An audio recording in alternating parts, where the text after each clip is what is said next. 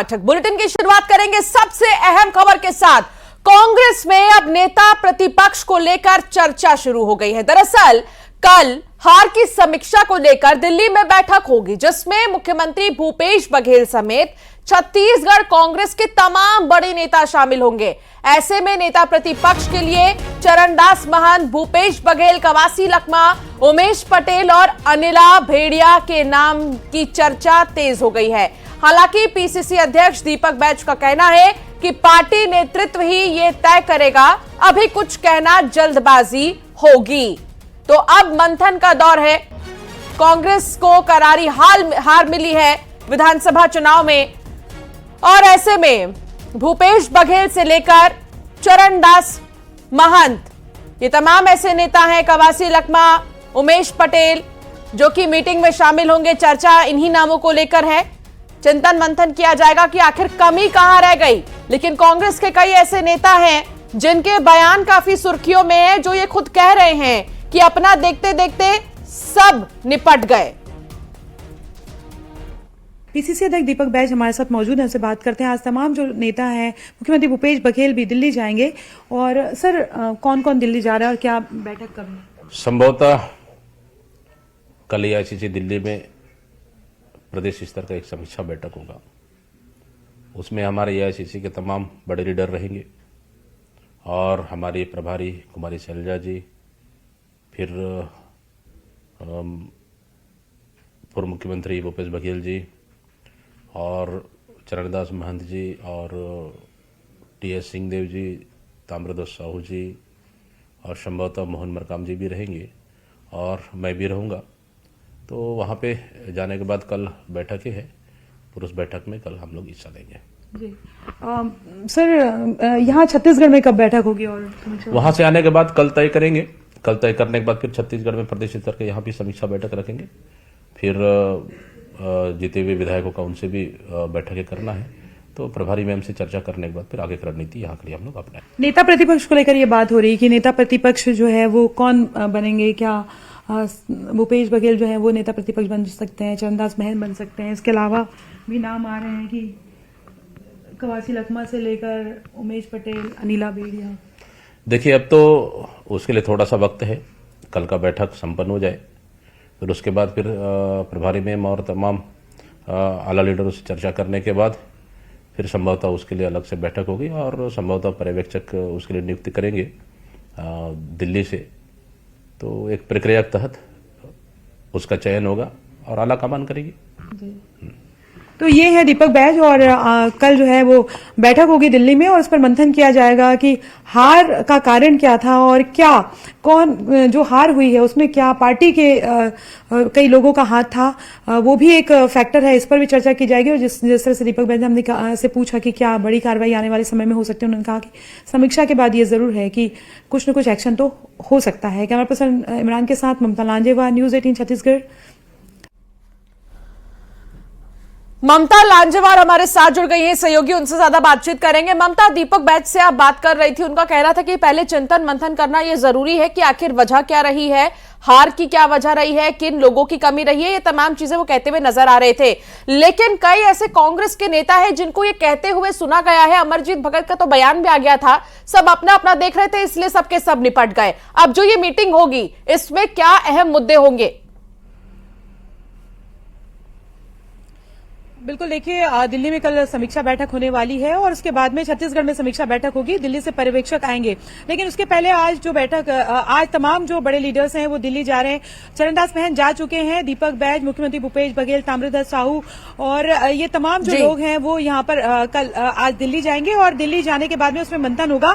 कांग्रेस की प्रदेश प्रभारी भी मौजूद रहेगी। तो क्या हार के कारण को लेकर, जैसे इन्होंने ईवीएम पे सवाल उठाया था, तो क्या ईवीएम ही वो पार्टी जो है वो रीजन मान करके चल रही है? और अगर ऐसा रीजन मान के चल रही है तो उसको लेकर क्या आने वाले समय में किस तरह से कदम उठाए जा सकते हैं? जिस तरह से दिग्विजय सिंह ने मध्य प्रदेश से जो है वो याचिका डाली है, और क्या छत्तीसगढ़ कांग्रेस भी कहीं याचिका डाल सकती है? दूसरी तरफ अगर हम बात करें तो जैसे नेताओं के बयान आ रहे हैं, अमरजीत भगत का जो बयान है उसको हल्के से नहीं ले सकते हैं। उन्होंने बयान दिया, बड़ा बयान दिया, कैबिनेट मंत्री रहे हैं, उन्होंने कहा है कि अपना अपना सब देख रहे थे। और ये जो अपना अपना देखने वाली जो बात है वो कई जगह जो हार के फैक्टर की समीक्षा जो लोकल लेवल पे की जा रही है उसमें ये सामने आ रही है। ये भी कहा जा रहा है कि कई बार ये बातें कही गई कि मंत्रियों का जो एरोगेंस है वो उनको ले डूबा। कहीं पर ये कि क्या परिवार के जो लोग हैं उनकी जो मनमानी है उसने एक इमेज खराब की मंत्रियों की, और उस पर जो है कुछ मंत्रियों के ऊपर ये भी आरोप लगते रहे हैं कि उनके जो परिवार के लोग हैं वो मनमानी करते रहे हैं क्षेत्र में, और उसकी वजह से जो है उन्हें हार का सामना करना पड़ा है। दूसरी तरफ अगर बात करें तो सामाजिक समीकरण जो है वो किस तरीके से रहे, सामाजिक समीकरण का किस तरह से असर रहा है। बीजेपी जो है वो पोलराइजेशन के मामले पर लड़ी है, सांप्रदायिकता की बात बीजेपी ने लगातार की है, क्या एक वो बड़ी वजह है? और ये समीक्षा इसलिए भी की जाएगी क्योंकि बात सिर्फ विधानसभा चुनाव की नहीं है, आने वाले समय में लोकसभा चुनाव भी है, तो पार्टी की रणनीति जो है वो किस तरीके से होगी। बीजेपी की जीत के पीछे जो एक बड़ा कारण ये भी जो है वो बीजेपी के लोग बता रहे हैं कि आरएसएस जो है कि तमाम जो कार्यकर्ता हैं वो लंबे समय से लोगों बस्तर और सरगुजा से लेकर अलग अलग बिल्कुल तक के महत्वपूर्ण चीज तो यही है कि ये लड़ाई सिर्फ 23 तक की नहीं है, 24 में भी अगर कोई गलती होती है तो पार्टी को मुंह की खानी पड़ेगी, और इसीलिए भी चर्चा और चिंतन मंथन बहुत जरूरी है। शुक्रिया ममता जानकारी साझा करने के लिए। खबरों में आगे बढ़ेंगे और बात रायपुर की करेंगे, जहां कांग्रेस के वरिष्ठ नेता का बड़ा बयान आया है। नंद कुमार साय ने ईवीएम पर सवाल उठा दिए हैं। कांग्रेस ईवीएम की जांच के लिए प्रदर्शन करे, उनका कहना है। उनका यह भी कहना है कि कांग्रेस के प्रत्याशियों को बड़ा कदम उठाना चाहिए, जीत का सर्टिफिकेट वापस कर इस्तीफा दे देना चाहिए, यह कहना है नंद कुमार साय का। अब आपको यह भी बताते हैं कि आखिर ये कोई पहली बार नहीं जब कांग्रेस इस तरीके से ईवीएम को लेकर सवाल खड़े कर रही है। इससे पहले भी जब भी कांग्रेस चुनाव हारी है तो ईवीएम पर ही सवाल उठाते आई है, और एक बार फिर नंद कुमार साय ने सवाल ईवीएम पर उठाए। साय हमारे साथ मौजूद है, उनसे बात करते हैं। ये जो नतीजे निकले इनको लेकर क्या कहेंगे आप? ये नतीजा तो आश्चर्यजनक है और समझ से भी परे है। जो रिजल्ट आया है, सामान्यतः हम बहुत सारे चुनाव को देखे हैं, उसमें एक संभावनाएं दिखती हैं, क्या होने वाला है, पब्लिक क्या कह रही है, कार्यकर्ता क्या सोच रहे हैं, ये दिखाई पड़ता है। अब जब चुनाव होता है तब रिजल्ट आता है, लगभग उस चिंतन, उस विचार, उस व्यवहार के इर्द गिर्द उसका रिजल्ट आता है। ये पहला चुनाव है जिसमें दूर दूर तक कहीं इस तरह की स्थितियां थी नहीं, और आश्चर्यजनक विषय यह है कि अलग अलग बूथों में कुछ रिजल्ट आए हैं। वो जो कुछ बीएसपी वालों का मामला है, वो पता ही नहीं, जो बोर्ड दिया वो भी कहां चला गया। फिर आप देख लीजिए, हमारे अपना सरगुजा संभाग में टोटल 14 सीट है, एक सीट इधर उधर नहीं हुआ, 14 के 14 सब मैंने बीजेपी को चले गए। ये कहीं से विश्वसनीय लगता नहीं है। इसलिए क्या मामला है, ये किस तरह का विषय है, इस पर चिंतन होना चाहिए, इस पर विचार होना चाहिए, और उसके बाद में ये जो चुनाव हुए हैं 3 राज्यों का, ये इस पर चिंतन हो कि कैसे हुआ है, इसका ये इस तरह की संभावनाएं बन सकती है क्या कि एक तरफा सारा, एक पार्टी को सारा रिजल्ट चला जाए, ये कैसे हो सकता है। मैं समझता हूं इस विषय पर बहुत गंभीर चिंतन करने की जरूरत है, और आगे इस विषय, चूंकि लोकसभा का चुनाव है, उसके पहले यही परिस्थिति न लोकसभा में उत्पन्न हो जाए, इसको ध्यान में रख करके कांग्रेस पार्टी को, मैं समझता हूं, अब बड़े नेता हैं, हम उनकी बैठक भी होने वाली है, उस पर गंभीरता से चिंतन करना चाहिए कि आगे की रणनीति क्या हो। तो ईवीएम पे आप सवाल उठा रहे हैं? नहीं, ईवीएम ने किया है कि क्या किया है, क्योंकि मशीन का उपयोग पश्चिम के देश नहीं करते। मैंने सुना है कि जर्मनी में इसका निर्माण हुआ था, लेकिन जर्मनी में, अमेरिका में, इधर तो होता नहीं है। तो कहीं मशीन का करामात है कि क्या है, ये विचार करके, चिंतन करके कोई रणनीति पर पहुंचेंगे, कोई बातचीत होगी, तभी ये समझ में आएगा। मतलब कांग्रेस को आपको लगता है कि अगर उनको डाउट है ईवीएम को लेकर तो आगे लड़ाई लड़नी चाहिए? मुझे लगता है कि अगर उसमें इस तरह की स्थिति है तो निश्चित ये लड़ाई लड़नी चाहिए, और ये लड़ाई माने लोकसभा चुनाव के पहले ये लड़ाई प्रारंभ हो जाना चाहिए, ताकि आने वाले समय में लोकसभा में ये जो लड़ाई है, या जो चिंतन चाहते हैं हम, जिस दिशा में मैंने चुनाव की प्रक्रिया को, तरीके को ले जाना चाहते हैं, वो दिखाई पड़ जाए। जी। तो सर, वो बीजेपी तो ये भी कह सकती है कि कांग्रेस के लोग भी जीते हैं, तो आप क्या उनको कहना चाहेंगे कि अगर मान लीजिए आपको ईवीएम को लेकर डाउट होता है तो क्या उन्हें कोई एक्शन लेना चाहिए जो जीते हैं? देखिए, जो जीते हैं, कुछ लोग जीते होंगे, कुछ लोग हारे होंगे, वो दोनों प्रकार की होती है, लेकिन जो किसी तरह का, इस तरह का कोई चालाकी करना चाहते हैं, वो कोई संभावना छोड़ते नहीं है। वो सारी प्रक्रिया इस तरह से करते हैं कि हम वहां जीत गए, तो ये हार गए तो इसको आप प्रश्न खड़ा कर दे रहे हैं। ये सारी बातें उनकी तरफ से हो सकती है।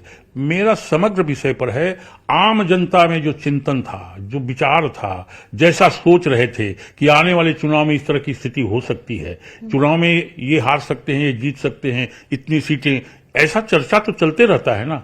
उसके ठीक विपरीत जो रिजल्ट आया है, उस विषय पर चिंतन करने के लिए ईवीएम की मशीन कोई विषय हो सकता है, न भी हो सकता हो, लेकिन कैसे ये हुआ है इसके तह में जाने की कोशिश तो करनी ही चाहिए। अगर कोई ऐसा डाउट होता तो आपको लगता है कि जो कांग्रेस से जीते उन्हें छोड़ देना चाहिए, जीत को नहीं स्वीकार करना चाहिए? आपकी नहीं, लड़ाई लड़नी है तो कोई ना कोई रास्ता तो तय करना पड़ेगा, कोई प्रक्रिया तय करनी पड़ेगी। कैसे लड़ें? इस्तीफा देने की भी सजेशन देंगे क्या आप? फिर नहीं, अगर मानते इस नतीजे को? अगर मान लो नतीजा नहीं मान रहे हैं तो उस नतीजे से दूर दूर तक लेना देना कैसे रहेगा? और लड़ाई आपको लड़नी है ना, कोई रास्ता, कोई तय प्रक्रिया या कोई शुरुआत आपको कहीं से करनी पड़ेगी, तब वो लड़ाई आगे बढ़ेगा। छोड़ना पड़ेगा? हो सकता है, ऐसा किया जाना चाहिए। मैं अपना व्यक्तिगत मत है, वो तो पार्टी तय करेगी जी। हाँ। तो ये नंद कुमार सायर, उनका कहना है कि ईवीएम पे कहीं ना कहीं सवाल उठते हैं और उसकी जांच होनी चाहिए, और अगर कहीं भी डाउट होता है तो कांग्रेस को भी इस स्ट्रेटेजी पे चलना चाहिए कि ईवीएम के को लेकर सड़क पर उतरना चाहिए, ताकि आने वाले समय में लोकसभा चुनाव है और फिर लोकसभा चुनाव जो है वो फेयर तरीके से हो सके, उनका कहना है। और उनका ये भी कहना है कि अगर ईवीएम को लेकर अगर चीजें क्लियर होती है, कहीं से पार्टी लेवल पे भी अगर चीजें क्लियर होती है, तो जो लोग चुनाव जीते हैं उसको, जो कांग्रेस के लोग हैं, उन्हें नतीजे नहीं मानने चाहिए और चाहे तो वो अपना कोई कड़ा एक्शन लेना चाहिए या तो अपनी जीत को स्वीकार न करें और आगे लड़ाई में पार्टी का साथ दें। बहरहाल देखना यह है कि जो मंथन होगा दिल्ली में, उसमें किस तरह से चीजें सामने होकर आती हैं, और क्या ईवीएम को लेकर जिस तरह से कांग्रेस के बयान सामने आ रहे हैं, दिग्विजय सिंह जो है उन्होंने भी शिकायत की है, याचिका दायर की है, तो आगे क्या ईवीएम को लेकर लड़ाई आगे कांग्रेस लड़ती है और उसको लेकर सड़क पर उतरती है? कैमरा पर्सन इमरान के साथ ममता लांजेवार, न्यूज 18 छत्तीसगढ़, रायपुर।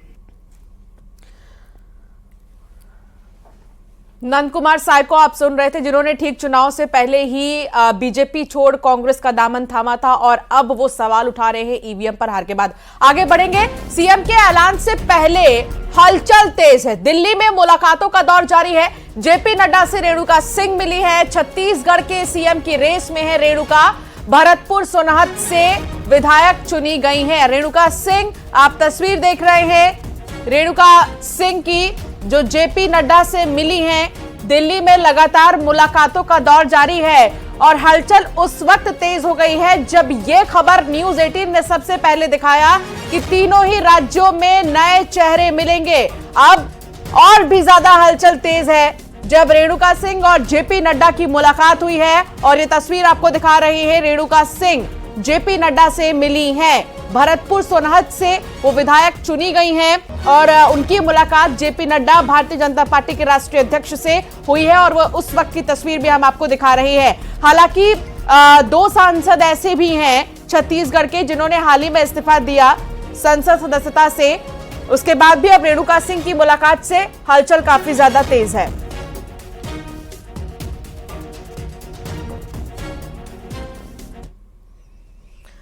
रायपुर से बड़ी खबर आ रही है, कई अधिकारियों पर गाज गिर सकती है। जी हां, बीजेपी ने अधिकारियों की लिस्ट सौंपी थी। निर्वाचन आयोग को यह लिस्ट सौंपी गई थी। कांग्रेस के पक्ष में काम करने का आरोप इन पर लगाया गया था। अधिकारियों पर अब कार्रवाई हो सकती है। आरोप यह है कि कांग्रेस के पक्ष में काम किया है अधिकारियों ने, जिनकी लिस्ट बाकायदा बना दी गई है। बहुत जल्द कई बड़े अधिकारियों पर गाज गिर सकती है। एक्शन की बारी अब कई अधिकारियों पर एक्शन लिया जाएगा। बीजेपी ने लिस्ट तैयार कर दी है और यह भी है कि इन्होंने कांग्रेस के पक्ष में काम किया था, आरोप ये लग रहे हैं, जिसके बाद एक्शन की बारी।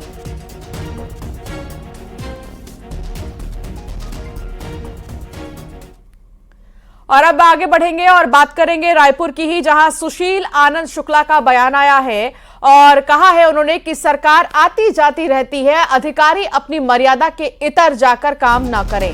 सरकार के आदेश के बिना कार्रवाई गलत है। हम जनता के लिए लड़ते आए हैं, आगे भी लड़ेंगे।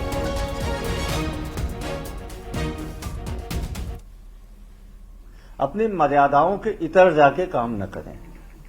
ठीक है, आज भारतीय जनता पार्टी की सरकार है, यदि सरकार की तरफ से निर्देश नहीं दिए गए हैं, आप स्वयं अति स्वामी भक्ति में इस प्रकार की कार्रवाई कर रहे हैं और गरीबों के ऊपर में आप कहर बन के आ रहे हैं, तो गलत है।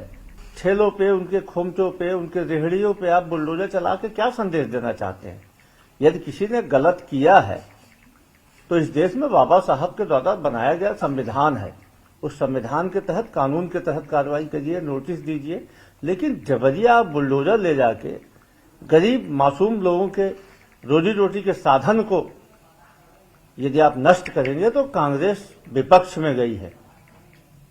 कांग्रेस ने हमेशा से जनता की लड़ाई लड़ी है, हम आगे भी लड़ेंगे।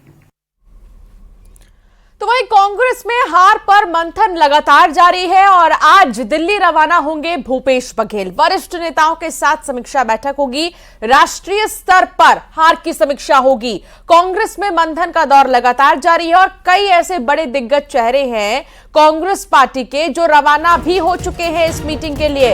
अब मंथन चिंतन का दौर है और इसीलिए भी चरणदास महंत के साथ साथ कई ऐसे बड़े चेहरे हैं जो ऑलरेडी रवाना हो चुके हैं राजधानी के लिए, क्योंकि यहां पर राष्ट्रीय स्तर पर समीक्षा होगी जिसमें कि मल्लिकार्जुन खड़गे के साथ बैठकर चिंतन मंथन किया जाएगा कि कमी कहां थी, क्या वजह है जो हार का सामना करना पड़ा। ये वो तमाम चीजें, कई वरिष्ठ नेता इस समीक्षा बैठक में मौजूद रहेंगे।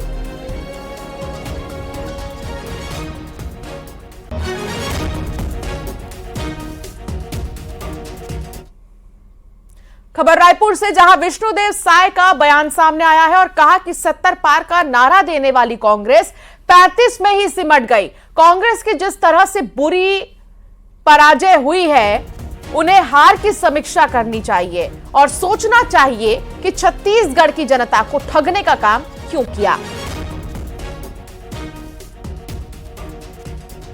इन दिनों लगातार कई बयान सामने आ रहे हैं और ताजा बयान विष्णुदेव साय का। जिस तरह से उनकी बुरी तरह से पराजय हुई है तो उनको तो ज्यादा समीक्षा करने की आवश्यकता है। 70 पार का नारा दिए थे लेकिन 35 में रह गए, तो कहीं ना कहीं उनके लिए तो समीक्षा का विषय है ही है। आगे बढ़ेंगे, बात करेंगे अजय चंद्राकर की, जिन्होंने हार की समीक्षा वाली कांग्रेस की बैठकों पर तंज कसा। चंद्राकर ने सोशल मीडिया प्लेटफॉर्म एक्स पर पोस्ट किया है और लिखा है कि छत्तीसगढ़ के लोग आज हार की समीक्षा के लिए दिल्ली जा रहे हैं, लेकिन दिल्ली को हार की समीक्षा से ज्यादा रुचि 5 सालों के हिसाब किताब में है, पर शायद कांग्रेस की बैलेंस शीट फरार है। अजय चंद्राकर, पूर्व मंत्री, ने निशाना साधा और देखिए उन्होंने क्या कुछ लिखा। कहा कि कांग्रेस जिस तरीके से हारी है, अब समीक्षा करने की जरूरत है। छत्तीसगढ़ के लोग आज हार की समीक्षा के लिए दिल्ली जा रहे हैं। दिल्ली में बैठकों का सिलसिला देखने को मिल रहा है। कांग्रेस की तरफ से समीक्षा बैठक होगी जिसमें कई वरिष्ठ नेता शामिल होंगे, उस पर अजय चंद्राकर का तंज। आओ नहीं सहीबो, बदल के रहीबो, ये नारा आपने छत्तीसगढ़ चुनाव के दौरान तो खूब ही सुना होगा। जीत के कारणों में राजनीतिज्ञ इस नारे को भी एक बड़ा कारण मानते हैं। इस नारे को लिखा है आशुतोष दुबे ने, जिनके अथक प्रयास का ही फल है कि प्रदेश में बीजेपी की सरकार बनने जा रही है। प्रचंड जीत बीजेपी ने हासिल की है और ऐसे में न्यूज 18 ने आशुतोष दुबे से खास बातचीत की। आइए उनके प्रयासों को जानने की कोशिश करते हैं।